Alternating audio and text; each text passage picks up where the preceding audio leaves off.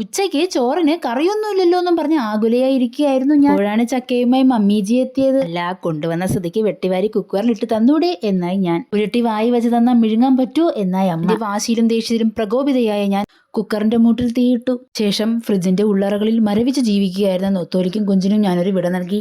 ഉപ്പുവെള്ളത്തിൽ കിടന്ന മീനിനെ വീണ്ടും ഞാൻ ഉപ്പിലിട്ടൊരച്ചു. ഇനി നമുക്ക് മിനുക്ക് പണി സ്റ്റാർട്ട് ചെയ്യാം. അങ്ങനെ നമ്മുടെ മീനിലേക്ക് ചുവന്ന നിറത്തിലുള്ള പൊടിയും മഞ്ഞ നിറത്തിലുള്ള പൊടിയും ഉപ്പും വീണു. നിഷ്കരുണം നൊത്തോലിയെ വാരി എണ്ണയിലേക്ക് ഇട്ടു. ബൈ ദ വേ, ചാച്ചിന്ന് ഉണ്ടാക്കാൻ പോകുന്ന ഡിഷിന്റെ പേര് നിങ്ങൾക്ക് അറിയണ്ടേ? അതാണ് ചക്ക എരിശ്ശേരി. ചക്കയുണ്ടെങ്കിൽ ചോറുണ്ണാൻ ഒരു ചുക്കും വേണ്ട എന്നാണ് എൻ്റെ ഒരിത്. അപ്പോൾ എരിശ്ശേരിക്ക് വേണ്ടിയിട്ട് ഹാഫ് മുറി കോക്കനട്ട് തിരുവിയത്, പിന്നെ വെളുത്ത ഉള്ളി, ചുവന്ന പൊടി, മഞ്ഞ കളർ പൊടി, പിന്നെ ജീരകം. അങ്ങനെ ഫിലിപ്സ് ഏട്ടൻ അരച്ചു തന്ന നമ്മുടെ അരപ്പിനെ കുക്കറിന്റെ ഗർത്തങ്ങളിലേക്ക് യാത്രയാക്കാം. ഇനിയാണ് എരിശ്ശേരിയുടെ അന്തിമഘട്ടം. ചക്കയ്ക്കായി തന്റെ ജീവനും ജീവിതവും നൽകിയ കടുകിന്റെയും തേങ്ങയുടെയും വരവാണത്. സബാഷ്.